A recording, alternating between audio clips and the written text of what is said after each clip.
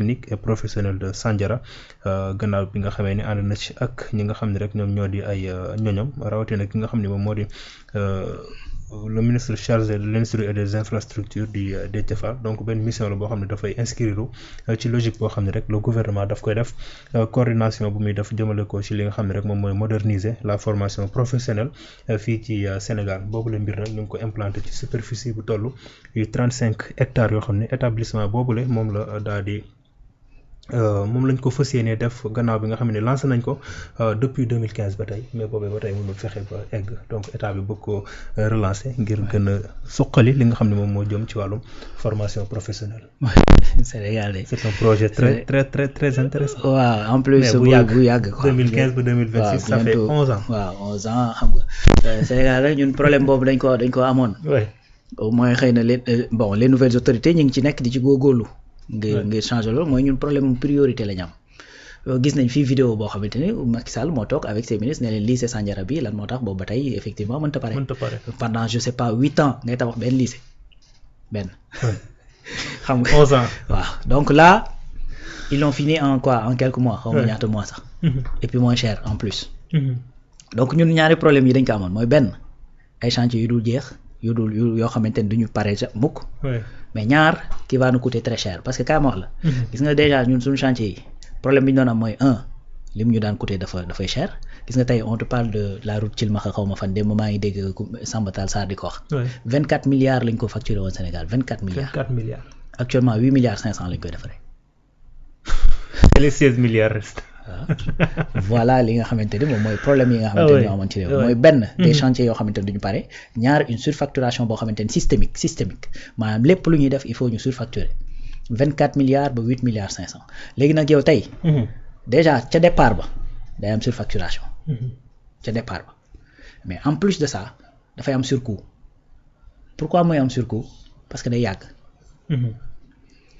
tey bu fekkee ni da ngaa war a defar benn mbir sur 5 ans mu war la coûter 10 milliards nga facturer ko 15 milliards xam nga déjà problème am na bu 5 ans yi passé chantier bi dem ba def par exemple 7 ans ou 8 ans pendant ces 7 ans ou 8 ans dana am ñooy fay dana am ay charges mais ci bâtiment ba fa taxaw ta nga jot ko defar xëy na boo ci deful dara dana taw ci kawam dana am ay lu ci ay yàqu-yàqu mais boo ñëwaatee balaa ngay tàmbaliwaat la ca yàqu da nga koy defaraat tout à fait kon même boo surfacturé wul woon di nga am surcoût parce que tout simplement chantier bi daa tardé dafa tirer en longueur loolu tax dans un projet muy am ñuy def rapport bi nga xamante dañ ko war a def ci délai qualité ak coût loolu tax ñuy def loolu balaa ngay tàmbali un projet dafa am ay indicateurs yoo xamante ni ay indicateurs de performance la il faut que tout simplement ñu xam ci ban délai nga koy def lan mooy coût bi ban qualité lay jox loolu la ñuy mën a wax ndax lii lu baax la lu baaxul la lu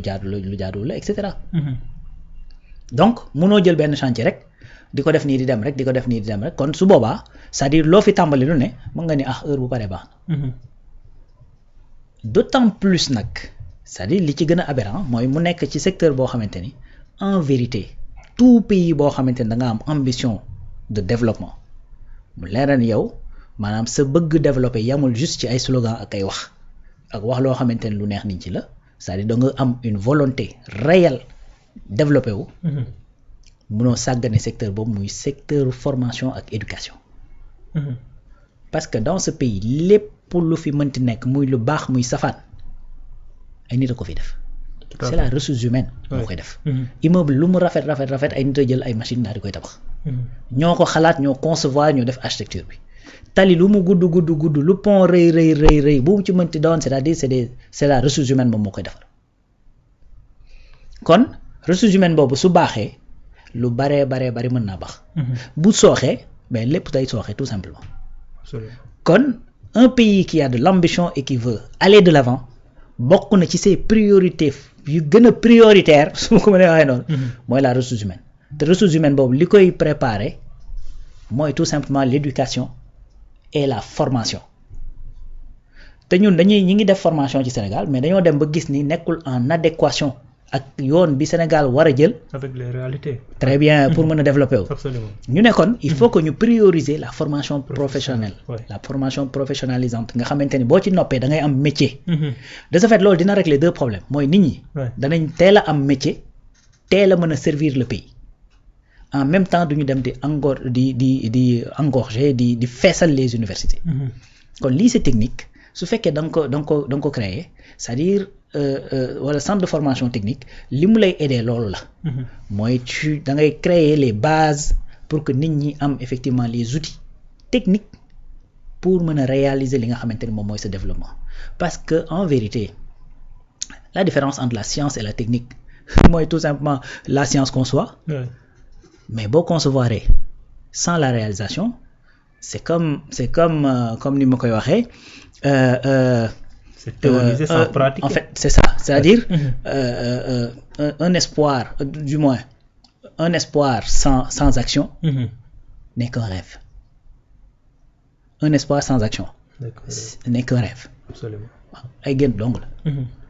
tu vois donc yéene mënta am njariñ su àndut ak jëf. Oui, tout à fait. tu vois donc xam-xam mënta am njariñ su àndut ak jëf xam-xam gi ki koy jëf mooy le technicien mooy damay am un ingénieur qui conçoit un bateau il faut que mu am des ouvriers qui sont capables ñii di souder ñii di dagg fii ñii di samp ay poteaux ñii di xam ni treillis bi nii lañ koy pomper ñii di def nii ñii di def nii ñii di def nii. Absolument. sans ça mën naa xalaat fii ba ginnaaw suba concevoir un outil mais du matérialiser wu jamais. loolu moo tax la formation technique am solo. Absolument. D'ailleurs même dans l'évolution du monde ak ci nit c'est-à-dire l'homme est passé de l'homo sapiens à l'homo faber. Faber, fabriquer. Donc même pour vivre, pour survivre, l'homme a dû évoluer pour nekk un homo faber, pour mën a fabriquer des choses. jógee de l'homme ki nga xamante ni yaa ngi am xel di xalaat à ki nga xamante ni yaa ngi fabriquer des outils. kon boo xalaatee ba pare il faut réaliser et pour le faire encore une fois il faut nga am une ressource humaine capable de faire cette réalisation de pratiquer li nga xamante ni moom ngay concevoir et que loolu pour mën ko def amul feneen foo koy defee fudul créer des conditions à travers des centres de formation ak ay écoles ak ay lycées techniques yoo xamante ne danañu préparer nit ki ci loolu léegi nag yow loolu boo ko négligé ba nga xamante ne pendant toutes ces années mënoo pare loolu 11 ans mais effectivement les autorités bu ñu ñëwee man fi ma leen di nattee moo tax souvent damay wax naan man généralement fi may nattee gars yi mooy damay méngale souvent ce qui est dit dans la vision 2050 ak li may gis sur le terrain c'est-à-dire boo ma nee damaa bëgg ressources humaines parce que ça c'est un des axes parce que 4 axes prioritaires ñoo nekk ci vision bi donc benn axe bi c'est la ressource humaine boo ma nee man damaa bëgg ressources humaines de qualité te gisuma benn acte booy poser pour que cette ressource humaine de qualité mën a gis le jour mais dama naan effectivement yow da ngay wax rek li ay slogan la mais en vérité doxoo sax jëm ci loolu dañ koy matérialiser. très bien donc là boo gisee ñuy wax centre de formation bi boo gisee ñuy wax boo gisee 3FPT par exemple liggéey bi mu nekk di def nga gisee yeneen structures yi nga xam ne dañu dépendre ci ministère de la formation professionnelle yi nga xamante ne moom lañu def le simple fait que ñu ber ministère boobu def ko ministère boppam ça te donne un indicateur ci priorité bi nga xamante ne jox nañ ko ce secteur de la formation professionnelle. Absolument. Donc Sénégal dafa bëri ay jeunes Afrique dafa bëri ay jeunes donc jeunes yooyu il faut que ñu wutal leen occupation et que occupation boobu mënta nekk loo xamante ne dañ koy def juste au feeling il faut que ça soit une occupation boo xamante ne dafay jur dara et que loolu li ko mën a def rek mooy former leen préparer leen à ce que bu ñu noppee ci école bi rek mën a dugg ci le monde professionnel mën cee dugg assez facilement parce que dañu am les outils qu'il faut de ce fait tey doo gis un Canadien qui est opérationnel à partir de 20 ans yow nga war a opérationnel à partir de 26 ans ou 27 ans des fois même nga passé 30 ans di wut sa premier liggéey moment bi ngay am sa premier job fekk na le jeune canadien wala le jeune allemand def na déjà 6 ans 7 ans d'expérience de travail. Absolument. kooku mënu leen a daje ci le monde du travail ngeen di bokk. mënut a nekk. donc loolu mooy li nga xamante ni moom mooy priorité yi moom mooy sensu école bi ñuy wax centre de formation bi ñuy wax. loolu mooy sens tout à fait mais foofu aussi y a un problème boo xam ne moom mooy am ci après la formation parce que dañuy gis ne à chaque fois Sénégal mën nga def sa formation mais après fan ngay pratiquer moom mooy doon le problème. Donc c'est bien beau l'État concentré wu ci defar ay lycée technique pour former les jeunes mais après est-ce que dinañ am fenn foo xam ne dinañ ko mën a pratiquer. C'est ça. Donc il nous faut des infrastructures. Ouais, yoo xam ne c'est ça. dafay nekk sur place si toutefois ñu pare ñu mën a dem foofu ngir mën fa exercer li nga xam ne moom la ñu def ci ñoom. mais dañuy gis ni loolu mooy jafe-jafe fii. waaw xam nga moo tax c'est-à-dire c'est la formation aujourd'hui ñuy wax question de curricula ak changer li nga xamante ne la ñuy def formation et cetera c'est-à-dire li ngay wax ni problème bi ngay wax ni moom la ñu bëgg a changer. En quoi faisant, c'est-à-dire il faut nga am réceptacle effectivement il faut nga am ñoo xamante ne bu ñu formé woo ba pare ñu mën leen a récupérer. Donc d'où beneen ligne bi nga xamante ne moom moo nekk beneen axe bi nga xamante ne moom moo nekk ci vision 2050 bi en disant que ni dañuy def de l'industrialisation par substitution des importations. Parce que boo industrialiser te amoo profil yu mën a liggéey ci usines yooyu da ngay dem jëli ay étrangers ñëw liggéey ko. su boobaa ton problème reste entier su fekkee da nga former ay nit yu war a liggéey ci usine te amuñu usine su boobaa le problème reste entier donc yëf yi dafay nekk en même temps. Donc c'est quoi da ngay former di industrialiser en même temps.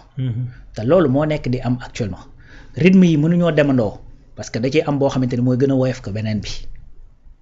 mais ci ña ngay former ben tu verras ci seen biir ñoo xamante ne dañuy am le profil pour mën a ñoom ci seen bopp devenir des industriels wala devenir des entrepreneurs moo tax tey boo xoolee toute formation professionnalisante dañu ci dugal ay formation en développement personnel et en entrepreneuriat.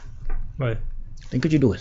Développement personnel entrepreneuriat et que loolu da lay mën a permettre parfois boo génnee et que type de formation bi ñu lay defal parfois tu n'as pas forcément besoin nga insérer wu fenn.